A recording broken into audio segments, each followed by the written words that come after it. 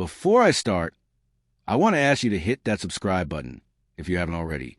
It really helps me share more real stories like this. Also, I'd love to hear your thoughts on this one in the comments. Be honest, I can take it. It all started with a text that made my stomach drop. Not a flirty text. Not a "we need to talk" text. Something worse.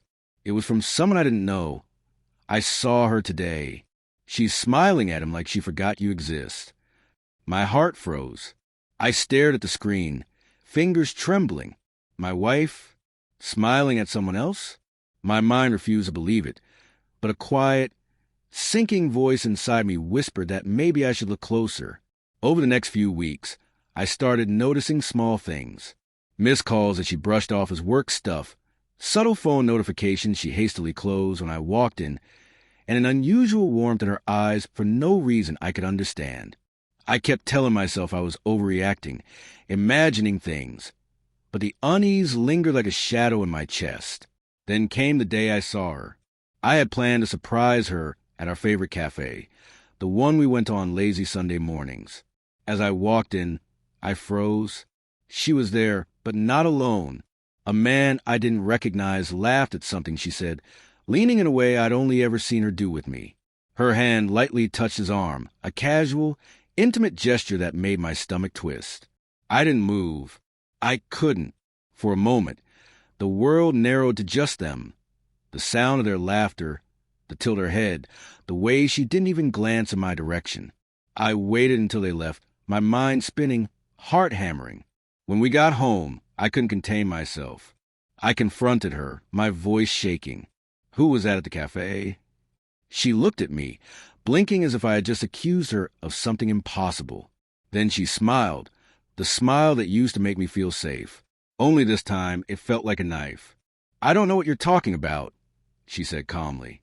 "Don't lie to me." I snapped, anger and pain colliding. "I saw you. You were with him, laughing, touching his arm. What is going on?"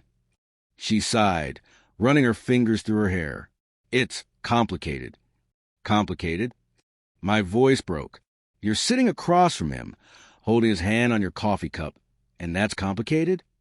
She hesitated, looking down. "I didn't mean for you to find out like this." "Find out like this?"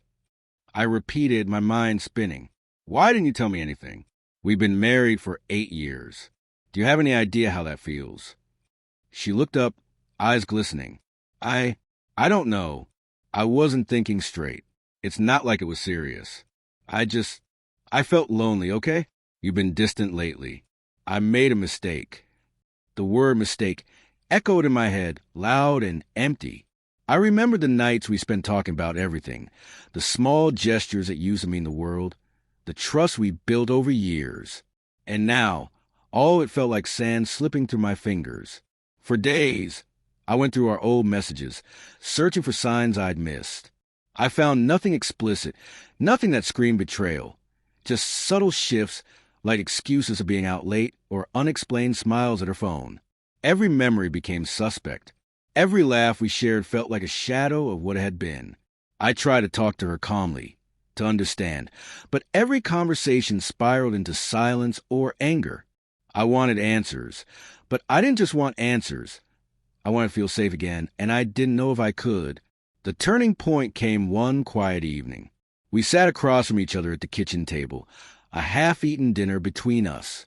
I looked at her, really looked, and something inside me shifted. "I can't do this anymore," I said softly. She started to cry. "Please, we can fix this," she whispered. "I don't know if we can," I admitted. "I loved you with everything I had. But love isn't enough when trust is gone."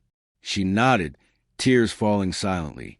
And in that moment, I realized that holding on for the sake of what we had wasn't worth sacrificing what I could become without it. I left the next morning with nothing but a suitcase and memories that now stung with betrayal, but also with a sense of quiet strength. Walking away wasn't easy. Every corner of the house whispered our history. Every photograph felt like a question mark. But as I stepped outside into the cold morning air, I felt a weight lift, a painful, liberating clarity. I didn't need her betrayal to define me. I didn't need her excuses to excuse her actions. I learned that love isn't just about holding on. It's about knowing when to let go. And sometimes, letting go is the most powerful act of self-respect you can give yourself. If you've ever felt betrayal in someone you loved, or had to make a choice between holding on and walking away, I want to hear your story. Drop in the comments. I read every single one, and your experiences matter.